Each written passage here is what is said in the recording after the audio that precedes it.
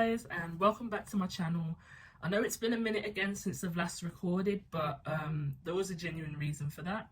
So the camera app that I used to use before to record things, I noticed when I recorded my last video, it recorded really badly. Like the exposure and the lights and everything kept jumping, the quality kept jumping up and down as well. And I've noticed that my phone kept getting really hot whenever I was recording things. So I've spent the past few weeks just experimenting with different camera apps and things like that to see what the problem might be. But I've been advised to just stick to the general camera app for now. Apparently that works just as well as the app that I was using before, and it won't overheat my phone, leading to half of my videos dropping in quality.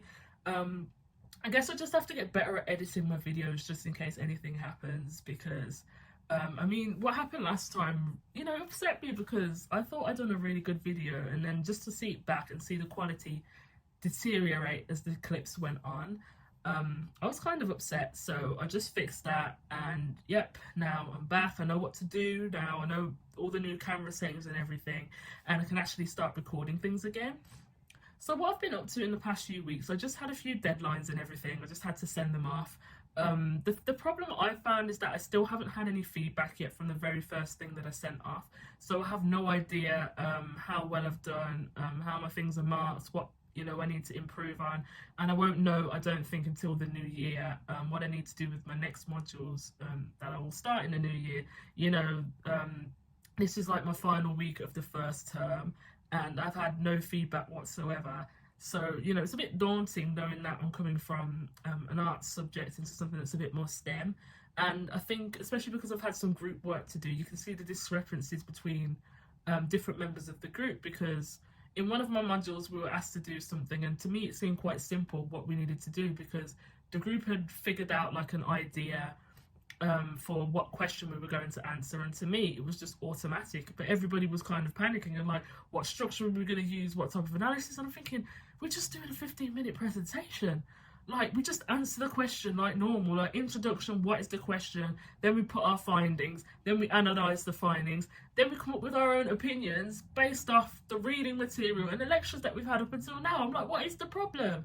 But everyone was like, oh, are we going to do field research? I'm like, field research? We're handing this in next week. What field research? And then it clicked. I was like, these lot are from STEM. And I was like, okay, it makes sense, because these lot are probably used to, quantitative data, having to do field research and questionnaires for everything. I don't know, but I've never done that really in my law degree. To be fair, the only time I had to do field research was actually when I was in college, so it was at A level. I've never had to do any of that at any point in my undergraduate. I did ask about doing that for my dissertation, and I was told that we're not supposed to do that because they don't have the clearance for that. So it was quite different. So I'm getting ready anyways because I have to go out. My mum wants to take me to this Indian restaurant. To be fair, I have not been of the best of health. I've caught a cold. I don't know if anybody else experienced it, but in the Midlands it's been snowing this week. I'm nowhere near as sick as when I had my fever. It's just a basic cold. As you can hear, I still sound fine. I've just got the sniffles and a headache, so I'm going to be a bit grouchy and irritable, but I've still been doing my work and I've still been getting things done. I just haven't been feeling social for the past couple of days. But I need to go to Birmingham anyway because I have an interview, and if my mum's going to come and grab me, I don't have to spend any money to get back home. So yay, free lift back to Birmingham. So because of that today, I'm not really going to do any fancy makeup. I can't be bothered. Lately also I've been experimenting with looks outside of gyaru. And it's not because I want to quit or anything. I don't think I'm there yet. I don't think I'll quit until I actually get like a proper law degree, not a law degree. I get newly qualified or whatever. I don't think I'll quit because, I think in England you can get away with gyaru makeup because of the general UK black girl look that's kind of heavy makeup that everybody wears anyway in the corporate office. So it's not that I need to quit to be professional. It's just that I'm finding as I'm getting older, my features are more defined now, like all around my nose. My nose is thinner, the little cute bits of my cheeks are going in. I'm looking like an adult in the face a little bit more, and because of that, a lot of the gyaru features that used to look cute are now starting to look a little bit more harsh. And you know, it's a bit of a shame because when you master a certain makeup look, you're like, you know, you want to flex that you've kind of mastered it. You know, you've been working hard for all them years to get all that expertise to know what works with your face and everything. But then when your face starts changing up in a way, and you start looking at yourself like halfway through the makeup look and thinking, you know what, I look cute with natural, well, more natural makeup, you know, without the colour con and, you know, the eye droops, I look really cute. When you start thinking like that, then you start to question whether you should even continue the look. And like, you know, I find that especially the models that they have in Japan now, a lot of the former nuts girls, you know, I can see that they're dyeing their hair darker, they're changing the way they do their makeup. Even the ones like Kiripu, who, you know, she was like on point for the heavy gyaru look. I mean, she's still in her early 20s and she's already like dyed her makeup look down. She doesn't need to because she's literally a gyaru makeup teacher. That's her new job, you know, and she still models and things like that. You know, it's not like she's gone corporate or anything and she needs to conform to anything. She doesn't need to conform to anything at all, but she's dyed her look down quite a bit. But for me, it's just because I can see that I'm getting older in the face, and it's kind of a shame because I've just bought a whole bunch of gyaru stuff that I still need to post my video on. I will get it posted, I promise. But yeah, anyway, I'm going to be doing my makeup as I talk. So one thing I've been forgetting to do with my makeup though, which is probably why I started looking old, I've been forgetting to do my sun cream every day. I mean, I know it's winter, blah blah blah, but I still wear it every day anyway. It's like, you know, because, you know, you see those videos of people who like, you know, they've grown up and they were doing makeup with sun cream or whatever, and then they like neglect their neck or something, and they're like in their 60s and 70s, and you can see their face looks really young, and you're like, oh, you know, they look good in the face, and then their neck is just all wrinkly. And I think like I'll end up looking like that if I don't fix up, you know what I mean? So, you know, sun cream is always important anyway, just for health, not even necessarily for looks, but like I definitely want to get, you know, I can't lose the habit of doing my makeup like that all the time. But generally speaking, I've been really upset because like I used to buy these lashes off of AliExpress and I've bought them for the past few years and they were my favourites, and now they stopped selling them, and I tried to look for ones that were similar, and instead I ended up with like these ones, and they look quite similar to the ones that I normally used to use, but the ends are really like, you know, fluffy. And it's just a bit overkill, man. I mean, they're still cute and everything, but it's not what I like to go for. And I think having that happen, as well as my face kind of aging, you know, I still look really cute, I think I still look really cute, but having my face kind of aging, and then looking at, you know, things that I used to use that I used to really like now being discontinued, it's kind of made me think, well, maybe I should, you know, explore new styles and, you know, change up the way I look a little bit. So I've been kind of flirting with some other looks. I'm going to put some, you know, some pictures in the video when I start editing this, just to show like some of the looks that I've done when I've been out over the past few weeks, just to show like, you know, it still has the foundations of the same makeup that I do when I'm doing gyaru and everything, but, you know, I just felt like, you know, certain things aren't needed all the time, like with the contact lenses and everything. I still look cute, but I also look really cute without, you know, so why not try it and explore that a little bit more. In terms of settling into Warwick, I still need to do like a video of like a tour around campus and just do things like that, especially now that people are going to start going back home. Campus is going to be a bit quieter, which is perfect. But yeah, I'm going to record a bunch of stuff, do a little tour around campus. I think I'm starting to settle in a little bit more now. I think I was struggling because I caught that fever right at the start of, you know, right at the start of my course, and I think that took a bit of a knock to my feelings of settling in, because I mean, I didn't really make any friends by the time I caught the fever, and I was sick for a good month, and I had to keep going back and forth between Birmingham and Coventry, and you know, that was taking up a lot of my energy. But luckily for me, I did meet somebody at the postgraduate society, just, you know, the same night that I got sick, when I was out and I lost my voice, that exact same night, and he was checking up on me just to make sure I was okay and everything. And, you know, that was really sweet of him. And then when I started to feel better, because I was still actively talking to him, I just said to him, you know, on an off chance, you know, if you're free at all, you know, do you want to go around Coventry? You know, I haven't been anywhere for ages and I just want to get out, go on like a mini bar crawl. So we went on a mini bar crawl, which was really nice. And then we went to postgrad suck again for, I think, the third time that I showed up there.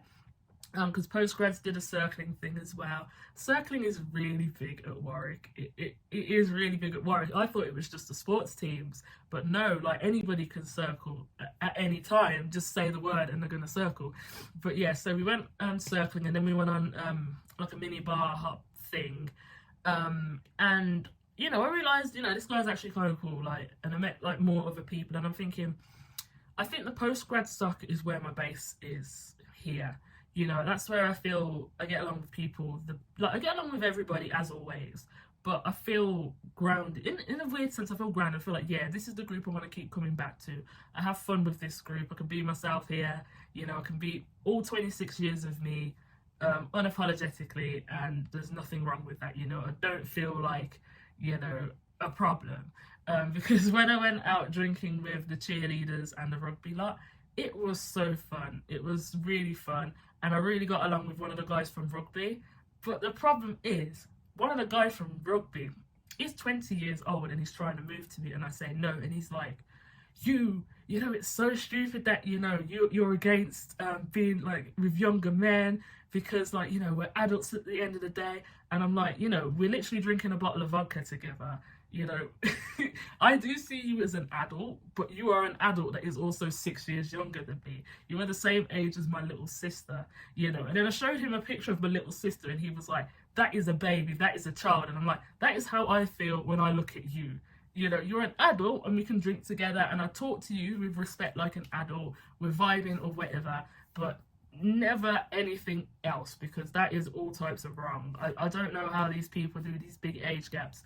I remember when I was 21 and there was this 29-year-old guy who was interested in me back in one of the law groups at my undergrad, and even at 21 I was kind of like, he's a bit old. But now I'm the old person, still not even as old as he was, and I'm looking at these 20-year-olds and I'm thinking, that is a baby, that is a child. You know, you're not a teenager by what? How many months, you know, since you were 19? Excuse me? I don't even remember being 19. I started university at 20. I'm 26. You know, like, I don't understand it. Like, I noticed a difference in maturity even when I was 20. You know, I'm completely different in a lot of ways from when I was 20.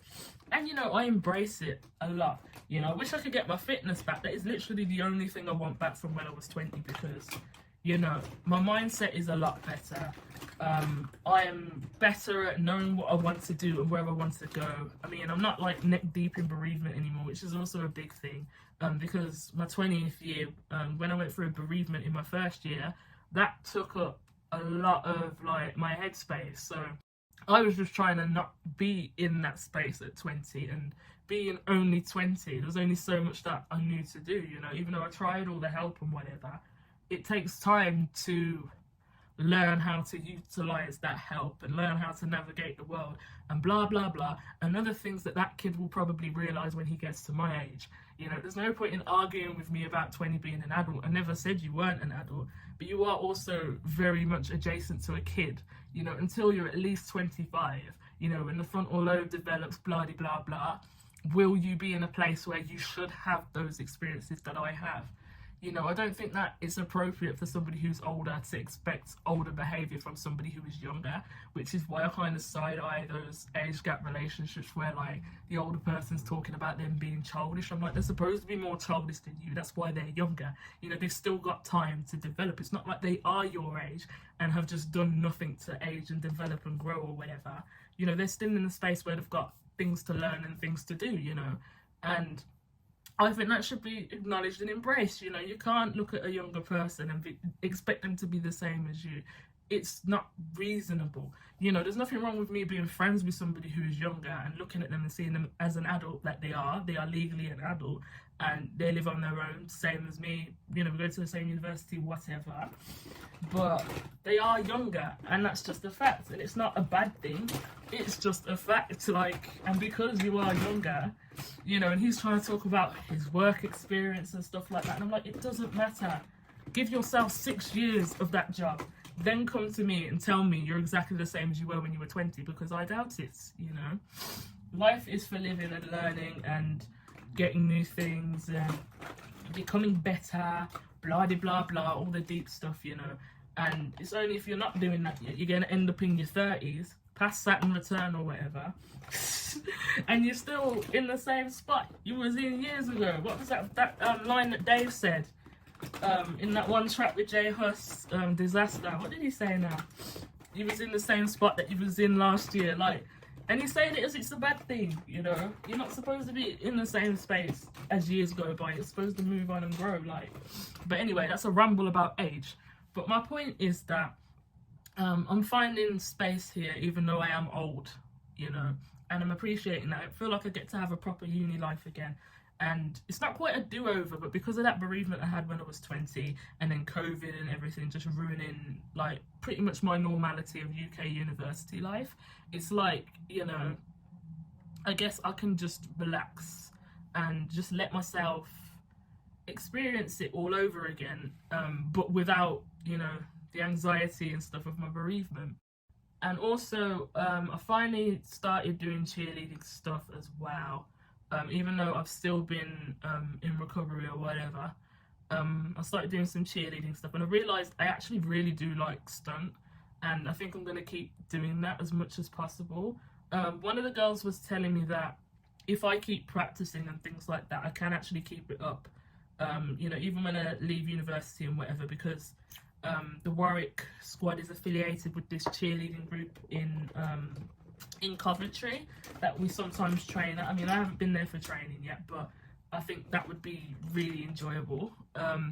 You know, and it's like I can find a space even in cheerleading. I mean, part of it is that, you know, we're flinging up this girl who probably weighs like a third of me in the air, you know, but the space is for even people like me who, you know, obviously nobody's going to be flinging me up in the air. I mean, I had a conversation with one of the guys at the bar crawl about how being picked up can be nice in certain circumstances.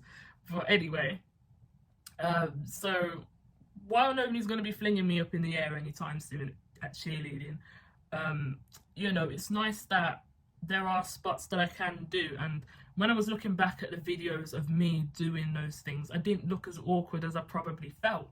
And that gave me a lot of confidence. Yay, we love confidence around here.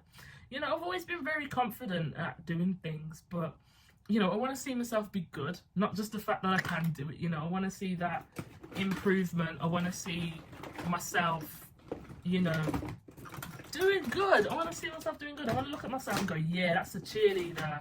You know, them skills have been built. I'm learning things, you know, so that everyone can just look and be like, yeah, you know, like, she's definitely learned something over the year.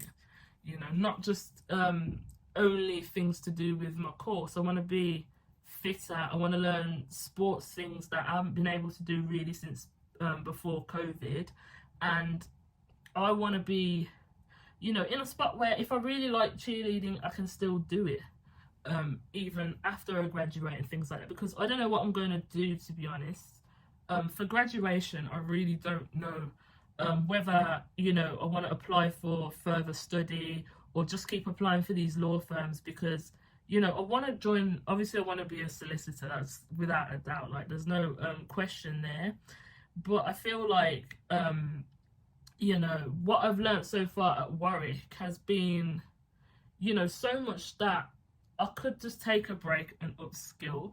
But I think being on campus is what's helping me upskill so much. You know, if I got a job on campus, maybe that's a way out where I can just earn money and still be around, like, the student life, which means I can then also benefit from these groups and societies. But recently I went to this group called Prosper. It was one of the black societies, and I just went there casually because it was just after one of my appointments or whatever. And I just went there just to see what it was about, because it said it was going to be a debate night, like a casual debate. I didn't realise, but there was like an external company there. I really didn't realise that, because one of the guys came and spoke to me, to praise me about something that I said during the debate, and I kind of responded really casually. But I looked at him and I thought he's obviously a bit older, so like, is he one of the postgrads or something? Because he did look kind of familiar. But it turns out he was the founder of the company that had come in to visit, and I was like, oh, you know, I was like, damn. So anyway, we're all there, taking it in turns, debating different topics. You know, the question will come up on the whiteboard. If you agree, stand that side. If you disagree, stand that side. I spent most of my time over by the disagree side, because a lot of these statements are things that I've been through many times. Like, these are not new topics to me, and the reason that I ended up winning, I didn't even know it was a real competition. One of the reasons I ended up winning one of the prizes was because of how thought out my answers were and things like that, you know, and the fact that, you know, again, they say I'm articulate and whatever, and I can really voice my thoughts, you know. It's rare that anybody could come with a good counter to anything that I was saying.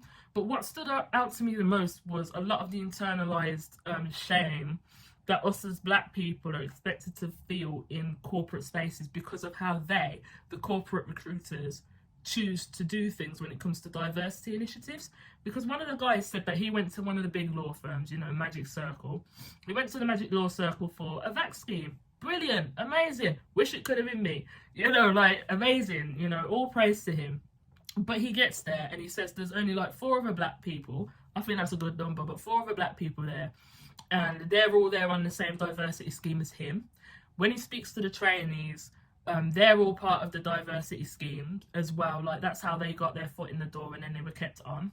And then he says some random Asian guy comes up to him and asks him if he's there on a diversity scheme. The whole room was just like, oh. So they have their own diversity schemes and we have ours. You know, why is he pressed that, you know, you're on a diversity scheme? And then why are you internalizing that as a reason that you shouldn't have diversity schemes? Just because, you know, one of your peers, because he is your peer, you're both there to do the same thing, wants to make a slick remark. You know, he's doing it to knock your confidence because he knows how it feels to feel less confident in a place where he is a minority. So, you know, don't let somebody who's presented themselves as your enemy discourage you from opportunities that you want to do. And then the question is, you know, why are diversity schemes there? They're going to pick up any random black person who's not qualified? No. The diversity schemes pick up qualified black people. The reason that they exist in the first place is because qualified black people have always existed, but they are still overlooked. You know, you still have to get the same grades in the diversity schemes to get to a VAT scheme as you have to do when you apply the standard route. You know, you still need your A levels, you still need your 2-1, or to be aiming for a 2-1. You know what I mean? And because of that, you know, you're looking and thinking they shouldn't even exist in the first place. But I'm like, why? Because, you know, some random wants to make you feel bad and wants to make you feel out of place. You know what I mean? And if 5 black people are in the room, I think that's a good number out of, what, 20? You know, there's like 20 people on the average. I mean, that one tends to have more trainees, but there tends to be about 20 people, and if 4 of them are black, I think that's a good number. You know, that's something that you, like, well, 4 or 5 of them are black. I think you 5 black people need to be celebrated more. You know, don't let anybody talk you out of things. But, you know, everybody was praising me for how well I was able to articulate my my views in there, and I ended up winning a Nike bag as well. It was really cute. Like, it was this proper fashionable limited edition. Like, I tried to search it up just to see like what it's called, where it's from, but apparently you can only get it from abroad, and we got one sponsored. And I was like, you would never get stuff like this in UOB. You know, UOB was still a top uni, but, you know, since I've come to Warwick, it's like I'm always just winning free stuff just from participating and just being myself. You know, at Birmingham, I always felt like I was giving a lot, but not getting a lot. But at Warwick, I always feel like I'm getting given something, you know, just for existing and participating in things, you know. I mean, I did win prizes at Birmingham, but, you know, they were normally like key rings, not a limited edition Nike bag that was sponsored by Jordan. Like, what is going on here, man? Like, if I spent more time here, and because of how, like, organised these black societies are, you know, that's why I was singing them praises and I was giving them props. Because I was saying, you guys, like, you know, you have a lot of black societies here, and it's like, there's so many, like, you can't tell the difference. Like, how are they all going to know? This was a small one, and I went to it, and I was winning sponsored Nike bags. You know, there was a whole other company that came in to tell us about their initiatives in this small group of people. You know, people take you seriously at Warwick. I can see the difference already in the I've only been here for a little bit, you know, and I think if I had more time here, I would have more time to develop those skills that I can see that the people who've been here for, you know, for the whole of their undergrad have been able to develop. I feel like with COVID and everything that happened with Birmingham, with the strikes, with obviously COVID, with me spending time in Japan, I really missed out on a lot of things that would have helped me get my foot in the door. I've been applying for training contracts and VAT schemes since 2019. I only took a break in COVID, and then just before I went to Japan, I was applying for them while I was in Japan as well, and I've got nothing. You know what I mean? So that's why I think maybe if I stayed on campus for a job, and, you know, in the meantime, when I'm still job hunting or whatever, and trying to get noticed by these law firms, if I did that, you know, done some outreach stuff, done projects on campus, stuff that I'm really passionate about and that I care about, it would actually benefit me, because I'd also be able to attend more of these events and get more out of, you know, being at university. I mean, I didn't realise, but within the first couple of weeks, like, the top law firms were coming here to do talks, and then they were doing dinners in London, and they were doing Warwick open days and everything. And because I had my fever and I wasn't prepared for it, I missed out on all of these things because I didn't know they were going on. You know, we never had these at UOB, but at Warwick, these events, and then they'll invite you for dinners down in London. They have, you know, designated open days and stuff for the students of Warwick specifically. I'm like, you know, we never got any of this, and, you know, I want to benefit from it next time, because, you know, it's cool that I've gotten into this top uni, but it's only like a space higher than Birmingham, so I'm like, why is it so different? You know, even like QMUL and King's, just because they're in London, they get treated better, I think. You know, they're not even as high ranking as Birmingham, but at the end of the day, like, they still get these types of events and initiatives and things like that, and these outreach things. You know, it's like they expect you to aim for that if you're from these universities. And I didn't know anything about the law firms when I first started studying law back in 2018. I wanted to be a barrister anyway, so even though I, you know, showed up to law events, it was like they weren't there to benefit me, because it was about the firms, people who wanted to be solicitors. So I didn't pay as much attention as I could have. And then now I've changed my mind to go down the solicitors route. You know, I think I missed out on a lot of the first year insight schemes and things that really would have helped me, man. I'm working class, you know. So hearing that a lot of these law firms had initiatives where, you know, they would financially support working class students, you know, invite them into the law firm and things like that in the summer. You know, it's like I could have easily applied for something like that had I known it was an option. And, you know, it's quite upsetting that, you know, because they don't think that somebody from a background like mine would probably be interested in going to these law firms, like, because they would have advertised these at colleges. But of course I went to a state college, and I remember at my state college when, because UOB I think were the only Russell Group university that was there, I approached the University of Birmingham stand, and the person that was on the stand just looked straight through me. And the joke is, I already had an offer to go to UOB, but she just decided that I wasn't good enough to go there. You know, and I remember that, you know, and it's being snubbed like that I think affects a lot of people. For me, it just makes me think, well, if you don't want me there, I'm not going to fight to be there. But these are just the recruitment. You know, these are just the people who market.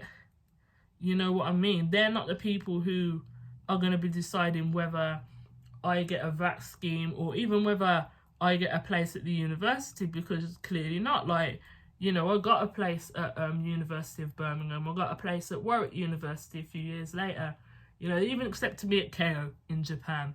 You know, I'm not somebody to let negativity deter me, but at the same time, if I notice I'm being snubbed, I'm gonna think, well, I'm not gonna fight just to prove, you know, just to gain acceptance from somebody who clearly doesn't want me there. You know, there's a difference between somebody from the outside saying you don't deserve something and somebody who, you know, is basically the company itself saying they don't want you there. You know, there's a difference.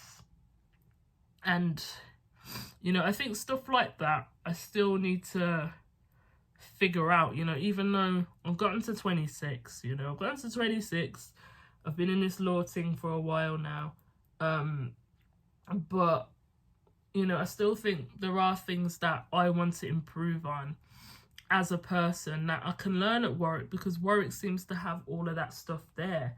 You know, it's right there on my doorstep, you know, and it just shows that not everything is always about how, you know, they would say it's not what you know, it's who you know. But this is kind of ridiculous, like, you know, getting into the University of Birmingham is really difficult. And I remember one of the girls even said to me when I was out, like, you know, Birmingham really has a bad rap amongst Russell groups just because it's Birmingham, you know. And I was like, you know, Birmingham's only ranked just below Warwick. And she was like, I didn't even know that, I thought it was worse, you know. She says when she was applying for universities, you know, she didn't even consider Birmingham.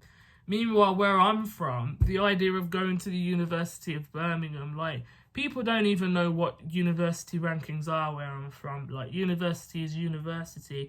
You could be going to Coventry even, or I don't know, where's really low ranking, like BCU, Coventry, you know, and everybody would praise you and say that you're amazing and they think you're going to come home, you know, bringing the bread or whatever because you're at university, you know.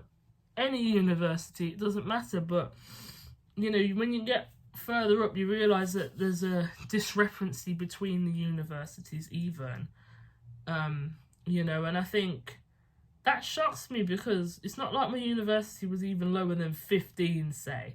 You know, it's still a lot of the time one of the top 10 universities when they do these rankings, Birmingham, and it's still quote unquote not good enough. You know, it kind of hurts me. I'm from Birmingham, man. Like, why is everyone coming from a city?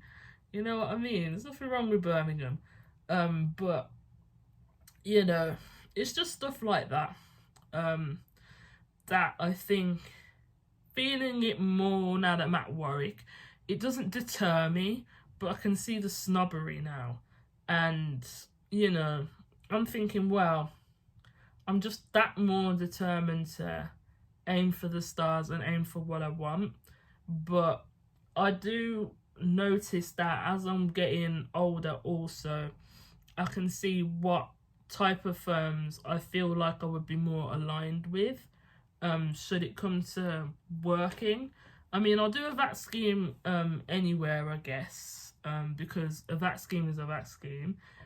But when it comes to being a trainee, you know, I want somewhere that specialises in international disputes and things like that. Things to do with, I mean, shipping and aviation is fun, I guess. I was looking more from specifically the corporate side of things, you know, like foreign companies and things. So that's what I think, like, a US firm could be good for me, considering what my goals are. But at the same time, I don't know, I think doing long hours and earning a lot of money, it sounds good on paper, but somebody said something that made me think. They said, but imagine you're working like 90 hours a week. Divide up the amount of hours you're working with your wages. And I was like, ooh, they have a point. They actually have a point. You know, because if I just work normal hours, like a normal 9 to 5, and I'm earning, what, 60, 70k, I'm still earning more than anybody I've ever known in my life. You know what I mean? Like, I'm still earning more than everybody. So, you know, from my perspective, it's good, but at the same time, I have the qualifications, the work experience, the ethic, the background, the mind to earn much, much more in a firm that's a lot more prestigious. And I ask myself, do I want to do that though? And because I'm still umming and ahhing about those questions, I don't think that, you know, I can be as decisive as I want to be about, you know, I'm applying everywhere basically that I kind of like, or that does, you know, that specialises in areas of law that I really like. And you know, I've gotten better at my applications, but lately I've been really bad at the situational judgment tests. I don't know what happened this year, but even the law firms that have passed the tests on in the past, I've done much worse at them this year. And that's kind of, you know, not deter me. Why do I keep using the word deterred? I'm not deterred from anything. It was a knock. It was just a knock. You know, I've gotten over it for the most part. But one of the law firms that I've always really liked, one of my friends from Japan, he actually got a traineeship there, but he was over in Australia, and he just said, like, you know, it's stress, and that was in Australia, and Australia is, I mean, to be fair, they're having more reports of Australia, you know, the working culture getting more toxic over in corporate Australia, but they're known for being more laid back than the UK. And my friend in particular is a very hard-working person, you know. He's always on it, you know. He's always clued on. He knows exactly what to do in a lot of these situations, you know. And if they're stressing him out, I'm like, you know, what am I going to do in there? I mean, I don't know unless I try it, but it's just a consideration. And I think that consideration has had me research a few more of the, like, mid-tier regional firms. Because as much as I want to get out of Birmingham, I don't think it's worth moving all the way down to London if I'm earning mid-tier law firm wages. I mean, I was seeing some of these law firms that are like international and they're only offering about 37k in London. I saw one in the 20s even, and I was shook. I was like, are they really giving people these types of paychecks when you're a US firm? You know, you've got branches all across Asia, and you're not even giving a trainee like 30k. Like, oh my gosh, like, things are just, you know, difficult, I think. But luckily, I'm somebody who has, you know, I refuse to do the SQE because a lot of the law firms that I want don't want you to have the SQE. And also, there's no point in me doing the SQE if I'm not going to get the job I want. What's the point in forking out, doing the SQE, stressing out my head, and then I'm still going to be scraping around anyway for an NQ job? Like, I'd rather do the traineeship and have them train me up in the law firm that I like, then qualify, and then decide what I'm going to do. You know what I mean? Like, why am I going to miss out on the work experience and just pay for more education again, out of my own pocket? You know, it's not reasonable. And at the end of the day, I'm working class. 90% of the time, I can earn more pulling pints or, you know, anything else than these, like, non-qualified law jobs a lot of the time because the wages are so low. And I just refuse to do it after all of that education. You know what I mean? I'd rather run back off to Japan. And speaking of which, I was thinking about my return to Japlan. I should call it the Japlan. My return to Japan, and whether I should do that or not, because even at one of the careers fairs, the JET program was there, and I was like, to be fair, I'm surprised to see you guys here, because in my head I'm thinking your wages are as low as anything, and this is Warwick Uni, and these posh kids ain't gonna want to take them wages. So, but like, I'm just like, you're here, let me see what I want. Spoke to the people on the stall. I was like, you know, I just finished at KO last year, and they're like, KO Daigaku. I'm like, yes, KO. And then they were like, you know, you'd be perfect. You're around N3. You could be like CIR, blah blah blah. You know, what I was considering as like my escape plan, like plan B. If I still don't get a VAT scheme or whatever, I'm just gonna apply for JET program, and if I get it, I'll just keep applying from within Japan for like direct training contracts until I get tired and decide I want to come back. You know what I mean? Basically the same thing I was doing in Japan when I was at KO, but also earning something. That's kind of one of my like plan B's or C's or whatever. You know, because I don't want to stay in England if I'm not earning the money that I want to earn for my education. Like, the quality of living here is not that good.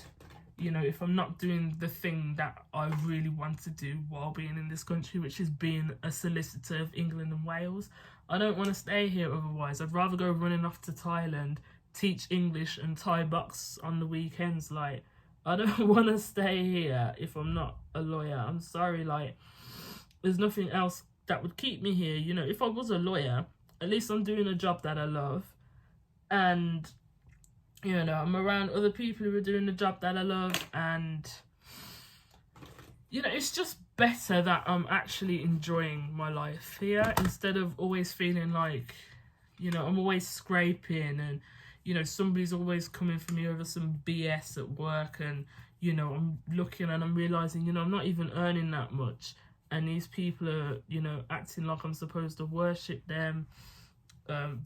You know what I mean? It's like, if it was something really serious that I was doing, you know, I'd be a lot more, you know, tuned in. I'd be a lot more urgent. I'd be doing something that is aligned with my goals and my education.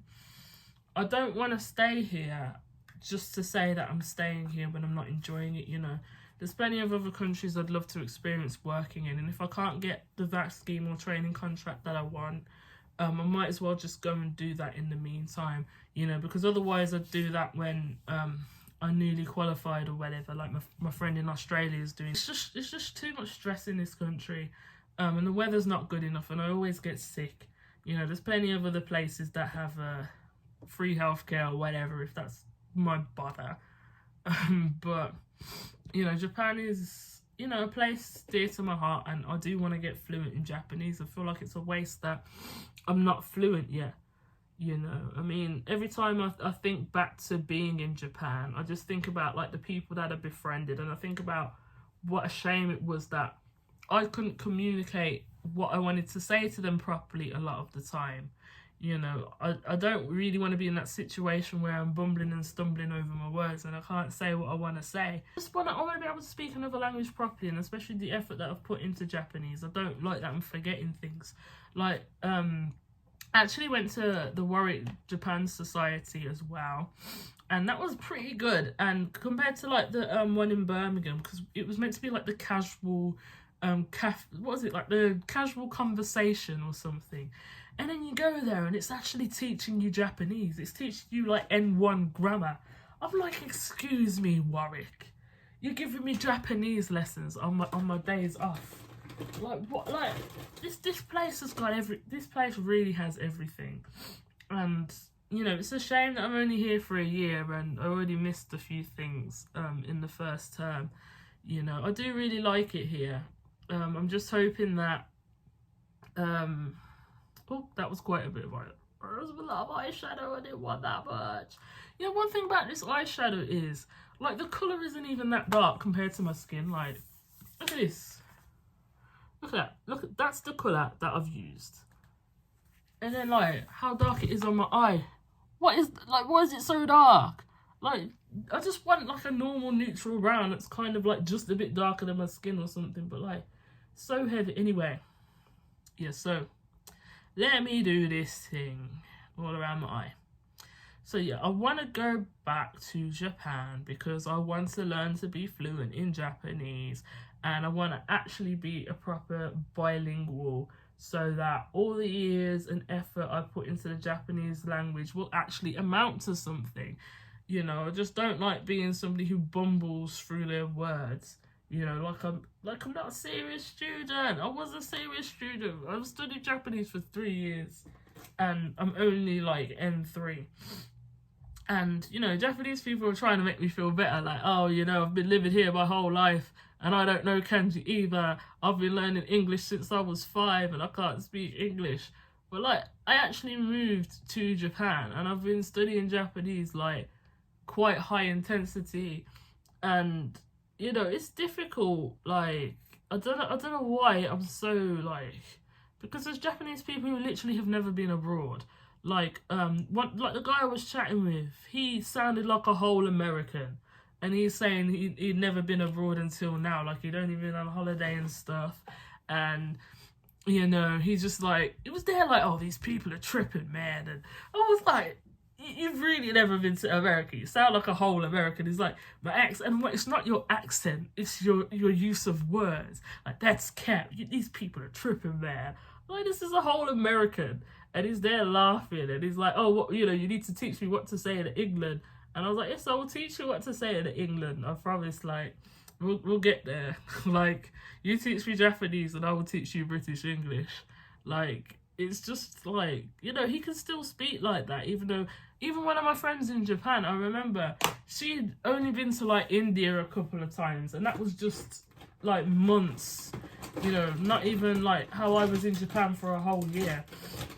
And her English, it was very, very fluent. Like, you could not tell me, you know, that she had never left Japan, really. You know, she'd only been on holiday and stuff to other countries, or done like short internships in India, and that's, you know, the most English she'd ever spoken.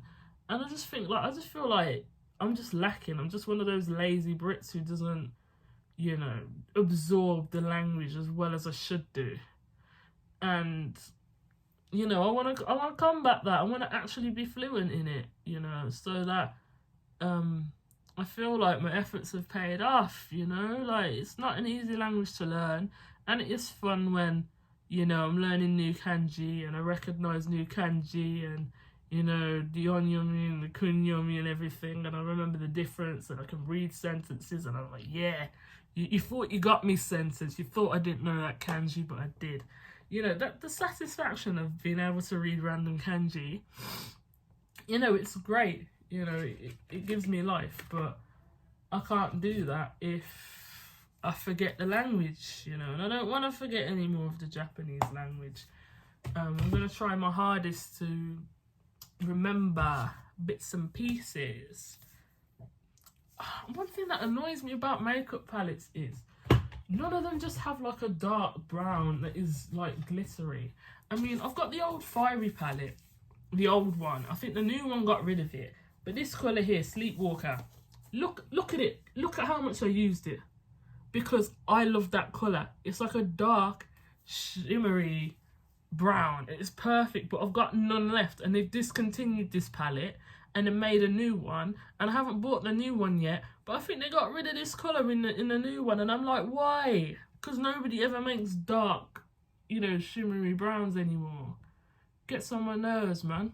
90% of the time I want to do makeup like this, and I can't do it like this because they got rid of my colour. But yeah, man, like, I miss being competent in Japanese. I think I still am. It just needs to come out more. But like, my ears, you know, when I'm listening to it, it's just a bit slower now. Like, I mean, it's been a year and a bit since I came back. But you know, I don't want to lose that. I worked so hard to get to N3. N-bloody-3, you know. And I was considering doing Daiwa or something. But I'm not a professional yet. Daiwa's for professionals. There's no point in me, you know, a confused gaijin who doesn't know what she wants to do outside of law, doing the Daiwa when I don't even have my, you know, I'm not even a solicitor yet. Like, the Daiwa's better for people who already have got qualifications and have already started their careers and they just want to do it in Japan. Like, that's the whole point, you know. And to be fair, I want to earn some great British pounds before I go back to Japan anyway, because these scholarships are nice, but they don't really be paying that much. Like, one thing about going to Japan the first time is that I had a lot of money to take with me, and the scholarships that I had were very generous. You know, and that gave me the life that I wanted to live while I was in Japan. I'm not against hard work for money, but the thing about Japan is it's hard work for no money. That is very much what Japan is like. And I learned that because I was still working in Japan while earning like barely £6 an hour, you know, and it's quite frustrating to always feel like I can't just save money in England because the job market here is so stingy. And all I've wanted is a job to learn while I earn. Learn while I earn? Earn while I learn. Earn while I learn. But, like, I've been applying for jobs and everything so much. And that's been probably the main cause of my stress, is running out of money. I hate it when I run out of money. Because I thought I'd move to Coventry and find something quite quickly. I mean, with all my bartending experience, you'd think, but no. Like, it's been a struggle out here. I think I've messed up my eyeliner. No. But yeah, it's been a struggle out here to just find a nice job, you know, that can help me. You know, hearing back about jobs that want me to do too many hours, and like, because I don't have that many contact hours, I'm tempted, but you know, we'll see. We'll see. There's plenty of other things that that I can do, but I probably just can't do them until the new year, which is upsetting for me. But yeah, I've been rambling for nearly a whole hour. I've had things to talk about in every section, which is good. It's nice. That's what happens when you don't record for ages. You know, I mean, my makeup is somewhat complete. My mum just messaged me to say that she's just left the house, you know, typical Caribbean style. I don't even know what the time is. I just know I've been rambling for nearly an hour. I want to do some more videos on campus. I want to do more videos about, so I need to do a video on that haul that I bought, and I will do that as soon as possible, and then delve into some of the other videos that I had planned. Yeah, I just needed to, see, even now my phone is, I don't know how hot it is, but I'm watching it this time properly, and I can see that the quality hasn't dropped, which is good.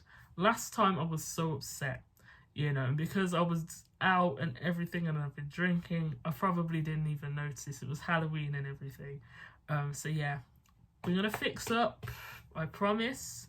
More videos. I'm also gonna start doing courses and events and things, because I want to get my videography skills up, and there are things on campus that can help me improve that, so I'm gonna attend those. And yeah, so it's a nice update. I will see you guys again soon.